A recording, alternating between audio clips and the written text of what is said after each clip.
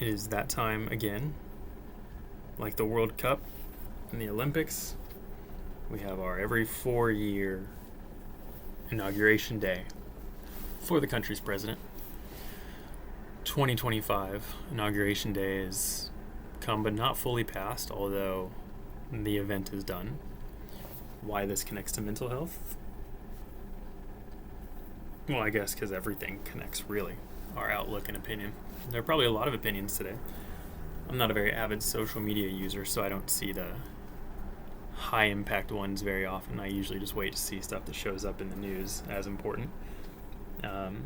Or, like today, I forget my microphone at home and we get worse audio than I intend. So, what to know about the inauguration? My thoughts on it.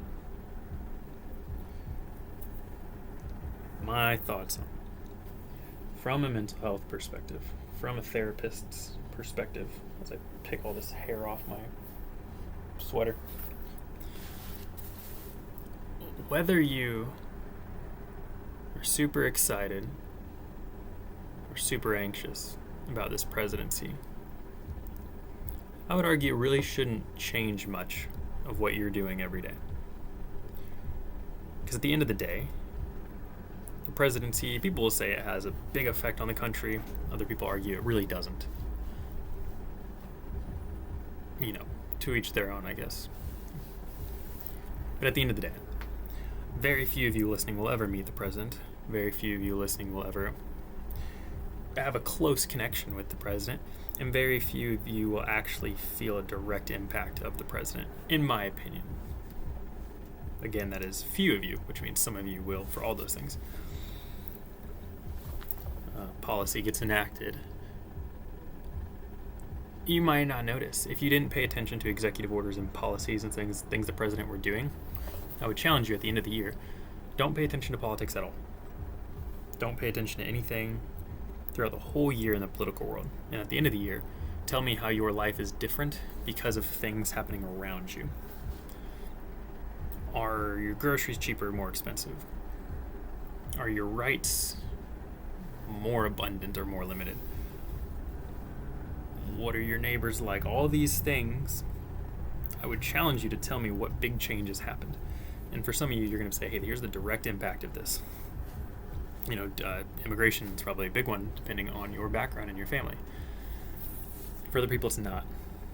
Taxes, if you're a business owner, you might notice it's different. If you're a corporate business owner, small business owner, all these things, you're going to have things that you notice. But for a lot of people, it's rarely as big as we make it. And this is for positive or negative. This is for all the things that you're excited about happening too. If you're on the excited camp, you're not going to notice them to a huge effect in every single way. Again, there are plenty of exceptions to this, and usually even then the exceptions are maybe one or two things that you notice, not every news cycle thing. So, where am I going with this? It is much better for your mental health to stay within your realm of influence. Years ago, there was no internet. Years ago, there was no social media. And years ago, there was no telephone. You knew what was happening in your circle. You would learn some stuff through letters or armies showing up at your doorstep. But for the most part, years and years and years ago, we did not know what was happening with Israel and Palestine. We did not know what was happening with Russia and Ukraine. We didn't see China and Taiwan with their dynamic. We just knew what was happening at our front door, and eventually news would make it back to us. But it wasn't the same as it is now. What you are given, what you can hold, is what you can influence.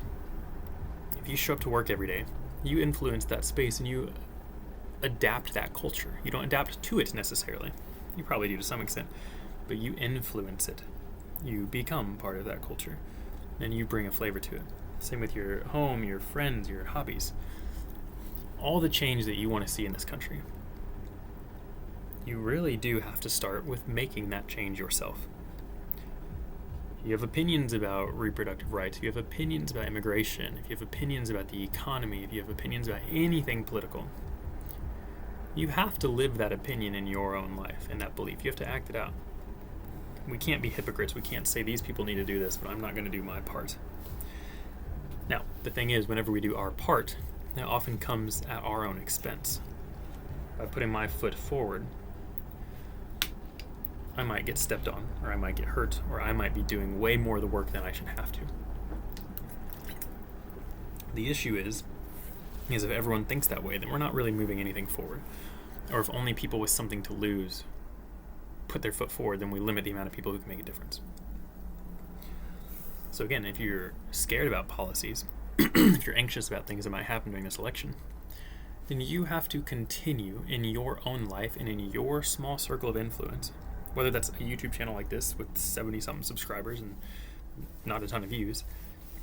This is still me putting myself out there with thoughts. Now, I'm not speaking on high political topics. I mean, I guess I am not giving opinions on it, just more the mental health side and this maybe deterministic side of things. But we see with mental health research, there's a lot of the logotherapeutic and the therapy around you being active, not passive, in your own well-being and the well-being that you want to see in the world and others by you moving forward, not by telling other people which direction to move.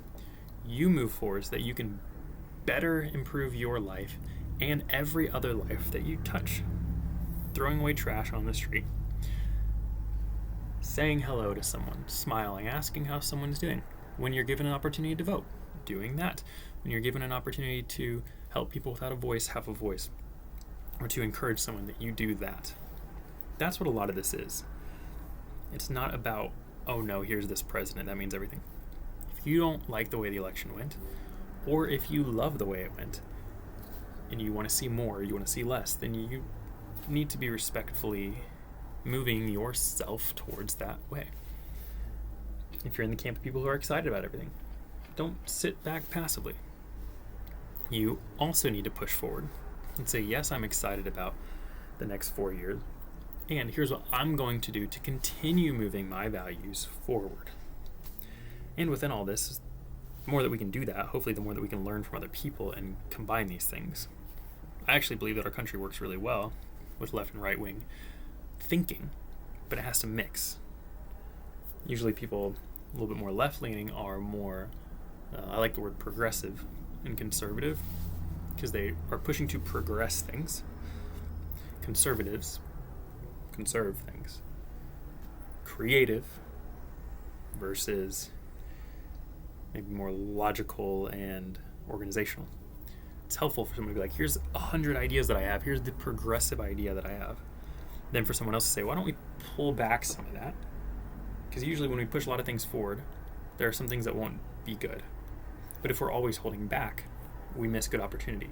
So when you can mix progressive and conservative mindsets, both from a political, creative, business, any type of way, when you mix these personalities, you often get pretty decent results, because you have a lot of people pushing stuff forward and then a lot of people helping monitor what stays back and what actually gets reinforced going forward. And then when those types of personalities mix, there's often a better consensus, because everyone feels like they played a part in getting the right things going forward and then preserving the right things along the way. So that's my encouragement.